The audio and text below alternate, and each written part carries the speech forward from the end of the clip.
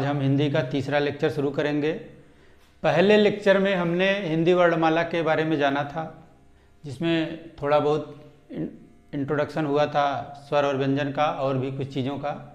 दूसरे लेक्चर में हमने जाना कि हिंदी में जो स्वर होते हैं, स्वरों का वर्गीकरण के बारे में हमने जाना। आज हम व्यंजनों का वर्गीकरण जानेंगे। किसका? व्यंजनों का वर्गीकरण। व्यंजनों का वर्गीकरण।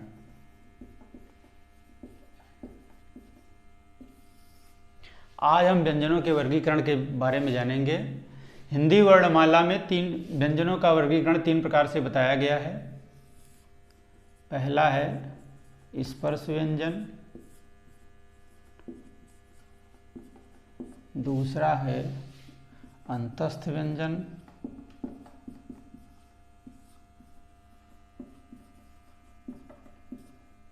और तीसरा है ऊष्म या संघर्षी व्यंजन। ऊष्म या संघर्षी व्यंजन। इन व्यंजनों को ऊष्म व्यंजन भी बोलते हैं और संघर्षी व्यंजन भी बोलते हैं। स्पर्श व्यंजन में हमने पहले भी इसको पढ़ा हुआ है। इसमें जो है 5 वर्ग हैं। क वर्ग, च वर्ग,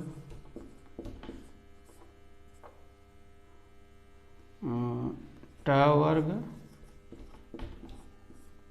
त वर्ग और प वर्ग। इन वर्गों में क्या है? प्रत्येक वर्ग में 5 जो है वर्ण हैं। जैसे क वर्ग में है क, ख, ग, घ और अंगा। च वर्ग में है च, छ, ज, झ और या। इसके बाद आता है ट वर्ग। ट वर्ग में है ट, ठ, ड, ढ और अण। ये 5 वर्ण है इसमें।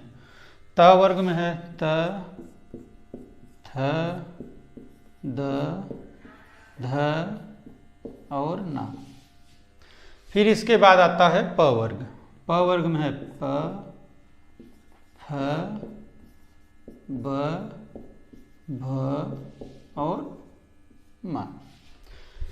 स्पर्श व्यंजन में कुल 25 व्यंजन आते हैं। कितने आते हैं? इनकी संख्या टोटल है 25। कितनी है? 25। ये 5 वर्ग हैं। क वर्ग, च वर्ग, ट वर्ग, त वर्ग, प वर्ग।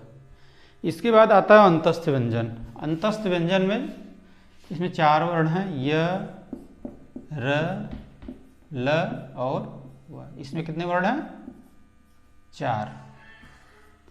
इसके बाद ऊष्म या संघर्षी व्यंजन आता है। ऊष्म या संघर्षी व्यंजन, इसमें तीनों स हैं, श, श, स और ह। इसमें ये वर्ड हैं। और बाकी आप जानते हैं छत्र, छत्र, ज्ञ और स्र, वो जो है वो इसमें नहीं आते हैं, वो संयुक्त व्यंजन होते हैं। तो इन व्यंजनों को जो है जानना जरूरी है, क्योंकि ये व्यंजनों का वर्गीकरण है 3 प्रकार से है। स्पर्श व्यंजन, अंतस्थ व्यंजन, ऊष्म और संघर्षी व्यंजन। स्पर्श व्यंजन में 25 व्यंजन आएंगे, 25 वर्ण आएंगे। अंतस्थ व्यंजन में 4 और ऊष्म या संघर्षी व्यंजन में भी 4 वर्ण आएंगे। ठीक है। इसके बाद आगे हम इसमें बताएंगे आपको। इसमें स्पर्श व्यंजन में जो है एक कुछ 2 वैरायटी है, उसको जो है हम जानेंगे। जो है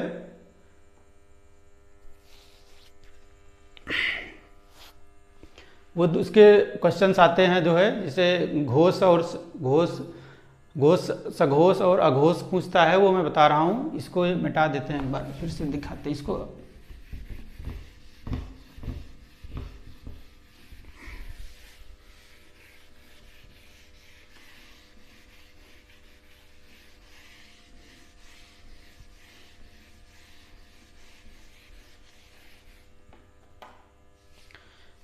देखिए, स्पर्श व्यंजन जो है इसको इसकी दो और कैटेगरी की गई है, दो और भागों में बांटा गया है।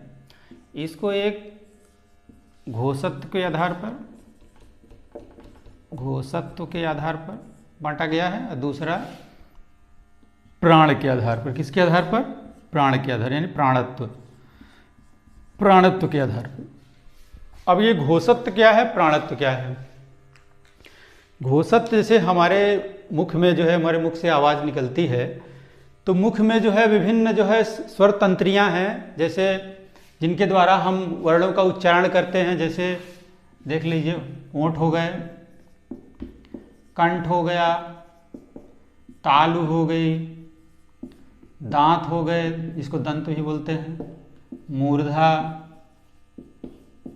इस प्रकार से और भी कई तंत्रियां हैं। नासिका हो गया, यानी नाक की सहायता से जब हम बोलते हैं, ठीक है। इस तरीके से और भी जो है स्वर तंत्रियां हैं जिनकी सहायता से हम वर्णों का उच्चारण करते हैं।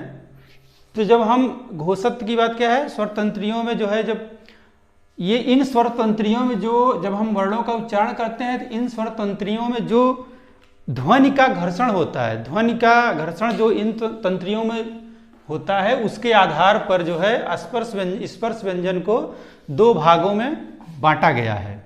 कितने भागों में? इसको दो भागों में बांटा गया है। घोषत्व के आधार पर स्पर्श व्यंजन को दो भागों में बांटा गया है।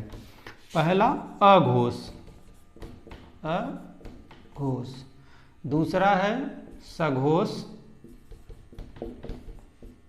या घोष। सघोष भी बोलते हैं, घोष भी बोलते हैं, ठीक है। और अब अघोष में कौन से व्यंजन आएंगे? अघोष में वे व्यंजन आएंगे जिनका जो है इन जो है स्वर तंत्रियों में जो है जब हम बोलते हैं, तो इन स्वर तंत्रियों में ध्वनियों का जो है ध्वनि का जो है घर्षण नहीं होता है, ठीक है। यानी कि घर्षण यानी कि ध्वनि का कंपन नहीं होता है। इनकी जब हम उच्चारण करते हैं अघोष व्यंजनों का, बोलते हैं जब इनको अघोष व्यंजन को, तो इनके जो है इन तंत्रियों में जो है जो ध्वनि निकलती है, वो जो है इनमें ध्वनि तंत्रियों में उसका ध्वनि का कंपन नहीं होता है। मतलब जब हम बोलते हैं तो हमारे जो है इन ध्वनि तंत्रियों में उसका कंपन नहीं होता है। तो इसमें जो है, इसको एक मिनट दिखा रहे हैं आपको, इसमें से कौन से व्यंजन आएंगे ये जानना जरूरी है, क्योंकि इसी से प्रश्न पूछे जाते हैं। प्रश्न पूछा जाता है कि कौन सा व्यंजन घोष है, कौन सा अघोष है, कौन सा सघोष है। तो अघोष व्यंजन कौन से हैं? अब ये देखिए, अभी आपने देखा कि जो है क वर्ग, च वर्ग, ट वर्ग, त वर्ग और प वर्ग, इस 5 प्रकार के वर्ग हैं, जिसमें व्यंजनों की संख्या कितनी है? 25 है। कितनी है? 25 है। तो अघोष में जो है जो व्यंजन आएंगे, अघोष में जो व्यंजन आएंगे वो हर वर्ग का पहला और दूसरा व्यंजन आएगा। हर वर्ग का पहला और दूसरा व्यंजन आएगा। अब जैसे क वर्ग है, क वर्ग के व्यंजन कौन से हैं? क, ख, ग, घ और अंगा। ये 5 व्यंजन हैं क वर्ग के। तो क इसमें अघोष व्यंजन कौन सा है? हर वर्ग का पहला और दूसरा। तो ये पहला और ये दूसरा, ये दोनों व्यंजन क्या हैं? अघोष हैं। क्या हैं? अघोष हैं। अगर च वर्ग की हम बात करें, च वर्ग की बात करें तो इसमें वर्ड है च, छ, ज, झ और इया। च, छ, ज, झ और इया। इसमें जो है अघोष वर्ण कौन होंगे? अघोष वर्ण होंगे इसमें क्या है? हर वर्ग का पहला और दूसरा व्यंजन। तो च वर्ग का पहला और दूसरा व्यंजन कौन सा है? च वर्ग का पहला व्यंजन च है, दूसरा वर्ग व्यंजन कौन सा है? छ है। यानी च और छ ये क्या हो गए? अघोष व्यंजन। कैसे व्यंजन? अघोष व्यंजन। ठीक है, ये उम्मीद है आपको समझ में आया होगा। इस प्रकार से ट वर्ग, त वर्ग और प वर्ग के जो पहले व्यंजन है, पहले दूसरे व्यंजन हैं, मतलब जैसे प वर्ग का प फ, ट वर्ग का ट ठ, त वर्ग का त थ, तो ये दोनों, ये शुरू के दोनों जो दो व्यंजन हैं वो क्या होंगे, अघोष होंगे। अब हम सघोष व्यंजन देख लेते हैं, सघोष और घोष। सघोष घोष मतलब जब हम इन वर्णों का उच्चारण करते हैं, वर्णों का उच्चारण करते हैं, तो जब वर्णों को उच्चारण करेंगे तो हमारे जो ये स्वर तंत्रियां हैं, कंठ, तालु, मूर्धा, दंत, इन सब में से जीव हो गया, इन सब में जो है ध्वनियों का जो है कंपन होता है। तो उन व्यंजनों को जो है सघोष या घोष व्यंजन कहते हैं। तो वो सघोष और घोष व्यंजन कौन से होंगे, ये अब हम जो है इसको देख लेते हैं।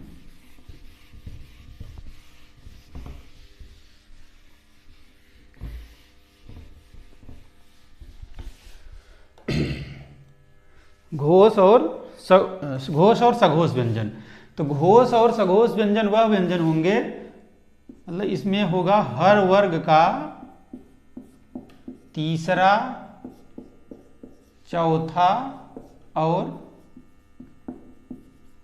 पांचवां व्यंजन, और पांचवां व्यंजन। हर वर्ग का तीसरा, चौथा और पांचवां व्यंजन। तो जैसे अब देखिए उदाहरण के तौर पे क वर्ग है, क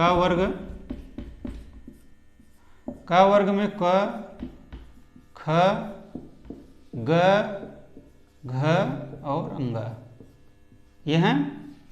तो इसमें सघोष व्यंजन कौन होगा, सघोष व्यंजन होगा हर वर्ग का तीसरा, चौथा और पांचवा। तो ये तीसरा हो गया, ये चौथा हो गया और ये पांचवा व्यंजन।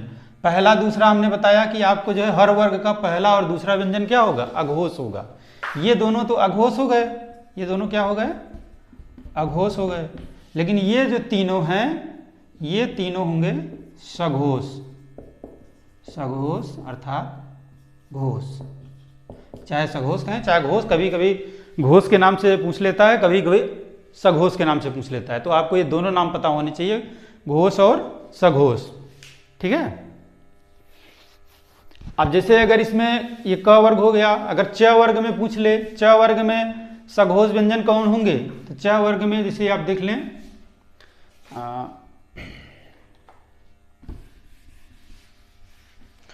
च वर्ग देख लें, तो च वर्ग में च, छ, ज, झ और य, ये 5 वर्ण हैं, च, छ, ज, झ, य। तो इसके शुरू के 2 वर्ड मैंने पहले ही बताया आपको कि पहला और दूसरा वर्ड क्या हो जाएगा, अघोष। क्या हो जाएगा, अघोष। ये क्या हो जाएंगे, अघोष। पहला और दूसरा वर्ड अघोष, और लास्ट के 3 वर्ड यानी तीसरा, चौथा और पांचवा, तीसरा और चौथा व्यंजन जो होगा ये सघोष होगा, सघोष, सघोष या घोष। इसी तरीके से 5 वर्ग में यानी क वर्ग, च वर्ग, ट वर्ग, त वर्ग और प वर्ग, इन 5 वर्गों में शुरू के जो 2 व्यंजन होंगे, पहले और दूसरे जो व्यंजन होंगे वो अघोष होंगे। इसमें कौन कौन सा व्यंजन आएगा,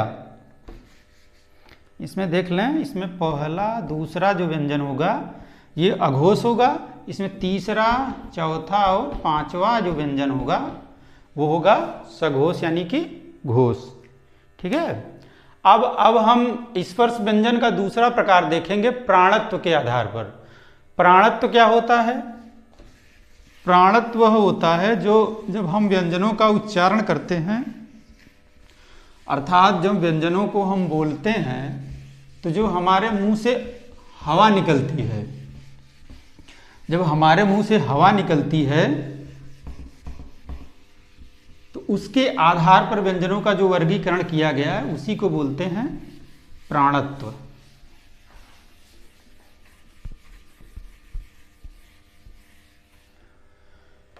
प्राणत्व, प्राणत्व को आप ध्यान रखेंगे कि क्या बोलते हैं, ये हवा है। क्या है, हवा है। जब हम व्यंजनों का उच्चारण करते हैं तो जो मुख से हमारे हवा निकलती है उसी को बोलते हैं प्राणत्व, उसी को क्या बोलते हैं, प्राणत्व। तो प्राणत्व के आधार पर व्यंजनों का वर्गीकरण जो किया गया है ये भी 2 प्रकार से है। इसको बोलते हैं पहला अल्प प्राण, अल्प प्राण, दूसरा है महाप्राण, दूसरा है महाप्राण।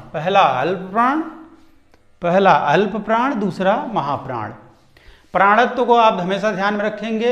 प्राण को अपने हार्ट से मतलब जोड़ लीजिएगा कि हमारे हृदय की बात की जा रही है, हमारे हृदय के प्राण जीव की बात की जा रही है। ये हवा है, इसको हमेशा ध्यान रखेंगे कि जो हमारे मुंह से हवा निकल रही है उसी को प्राणत्व बोलते हैं। तो अल्प प्राण, अल्प का मतलब होता है थोड़ा, अल्प का मतलब होता है थोड़ा, महा का होता है मतलब अधिक। अल्प का मतलब थोड़ा, महा का मतलब अधिक। प्राण माने हवा, शब्दों से ही क्लियर है। यानी जिन वर्णों के उच्चारण में मुंह से थोड़ी हवा निकले उन्हें अल्प प्राण कहेंगे। जिन वर्णों के उच्चारण में मुख से अधिक हवा निकले उसे जो है महाप्राण कहेंगे। अब इनकी पहचान कैसे की जाएगी कि कौन सा अल्प प्राण है, कौन सा महाप्राण है? हम कैसे जानेंगे कि जो है कौन सा किस वर्ण में उच्चारण में कम हवा निकल रही है, अधिक हवा निकल रही है? ये वर्णों के उच्चारण से पता चलता है। तो हमको जब जरूरत पड़ेगी तो हम उसका उच्चारण नहीं करने लगेंगे, हम उसको पहले से लर्न किए रहेंगे, हम उसको पढ़े रहेंगे, तो हमें जो एग्जाम हॉल में प्रॉब्लम नहीं होगी, कन्फ्यूजन भी नहीं होगा। तो इसमें हम बता देते हैं अल्प प्राण। हाँ, पहले देखिए अल्प प्राण।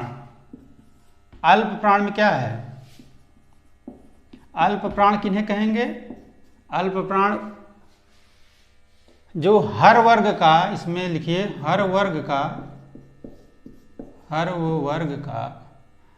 पहला,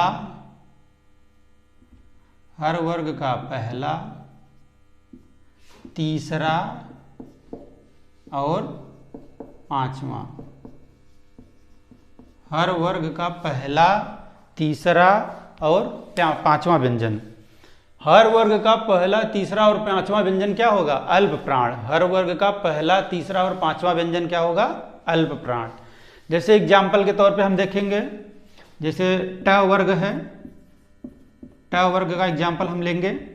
इसमें लिखे ट, ठ, ड, ढ और अण। ये 5 वर्ण है ट वर्ग में, 5 वर्ण है ट, ठ, ड, ढ, अण। तो इसमें से अल्प प्राण कौन होगा? अल्प प्राण होगा ट। अल्प प्राण में कौन होगा? पहला, तीसरा और पांचवा। तो ट हो गया, ट, ड और अण। ये क्या हो गए? अल्प प्राण। उम्मीद है आपको समझ में आ रहा होगा। तो आप इसको देखते हुए लर्न कर लेंगे। अल्प प्राण किन्हें कहा जाएगा? हर वर्ग का पहला, तीसरा और पांचवा व्यंजन। हर वर्ग का पहला, तीसरा और पांचवा व्यंजन। जैसे हमने ट वर्ग का एग्जाम्पल लिया हुआ है, तो ट वर्ग में ट, ड और अण। ये पहला व्यंजन है। देखिए ये पहला व्यंजन है, ये दूसरा व्यंजन है, ये तीसरा, ये चौथा और पांचवा। तो ये पहला व्यंजन अल्प प्राण होगा, तीसरा व्यंजन अल्प प्राण होगा और पांचवा व्यंजन अल्प प्राण होगा। अब एग्जाम में आपको कोई भी क्वेश्चन दे सकता है, उसमें कई सारे ऑप्शन, कई वर्ड दे देंगे, उसमें से पूछ लेगा कि इसमें से अल्प प्राण कौन है, महाप्राण कौन है। तो ये आप जो है इसको पढ़े रहेंगे तो आप जो है इसको कर पाएंगे। अब हम बात करते हैं महाप्राण की। तो महाप्राण किन वर्णों को कहा जाएगा? अब इसमें हम देखते हैं, मिटा देते हैं यहाँ से।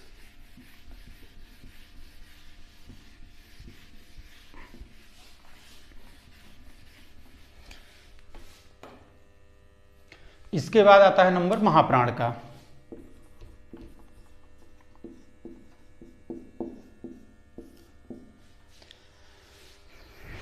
महाप्राण में आता है, महाप्राण यानी कि मुख से अधिक हवा निकले, व्यंजनों का उच्चारण करते समय मुख से अधिक हवा निकले। तो इसमें आएगा, वे व्यंजन आएंगे, कौन से व्यंजन? हर वर्ग का दूसरा और हर वर्ग का दूसरा और चौथा व्यंजन। इसको आप लिख लेंगे, ठीक है, ताकि आपको याद रहे। हर वर्ग का दूसरा और चौथा व्यंजन। तो जैसे इसमें हमने ट वर्ग का एग्जाम्पल लिया था, ट वर्ग में देखिए पहला, तीसरा और पांचवा व्यंजन कौन सा हो गए? अल्प प्राण हो गए। दूसरा व्यंजन और चौथा व्यंजन ये क्या हो गए? महाप्राण। जैसे ट वर्ग में ठ और ढ और ढ, ये क्या है? ये किसका एग्जाम्पल है? ये महाप्राण के एग्जाम्पल हैं। किसके हैं? महाप्राण के, यानी इन व्यंजनों के उच्चारण से हमारे मुख से जो है अधिक हवा निकलेगी, इसलिए इसको जो है क्या कहा जाएगा, इसको जो है महाप्राण कहा जाएगा। ठीक है, तो यहाँ से वर्णमाला का जो है लगभग पोर्शन खत्म होता है। एक टॉपिक बचता है, उसको जो है अभी कराया जाएगा आपको। एक वर्ण मैंने जब अंतस्थ व्यंजन बताया था तो उसमें य र ल व का के बारे में बताया गया था। य र ल और व ये अंतस्थ व्यंजन है, यह बताया गया था। ठीक है, तो इसमें र के बारे में बताया गया था कि र को लुंठित वर्ण बोलते हैं, र को लुंठित वर्ण बोलते हैं। इसका एक नाम और है, वो उस समय मैंने नहीं बताया था, शायद मिस हो गया था, तो अभी मैं बता दे रहा हूं। र को लुंठित वर्ण बोलते हैं, इसको लोढ़ित वर्ण भी बोलते हैं, लोढ़ित वर्ण बोलते हैं। इसको लोढ़ित क्यों बोलते हैं, क्योंकि ये जब हम इसका उच्चारण करते हैं, र का उच्चारण करते हैं, तो हमारी जीभ जो है लुढ़क करके जो है सामने की ओर, आगे की ओर आती है। नहीं तो आप उच्चारण इसका करके देख लीजिए, र जब र बोलते हैं तो हमारी जीभ जो है आगे की ओर लुढ़कती है, इसलिए इसको जो है लोढ़ित वर्ण कहा जाता है। क्या बोला जाता है, लोढ़ित वर्ण। इसके बाद हम नेक्स्ट टॉपिक देखेंगे, इसको आप नोट करना चाहें नोट कर लें।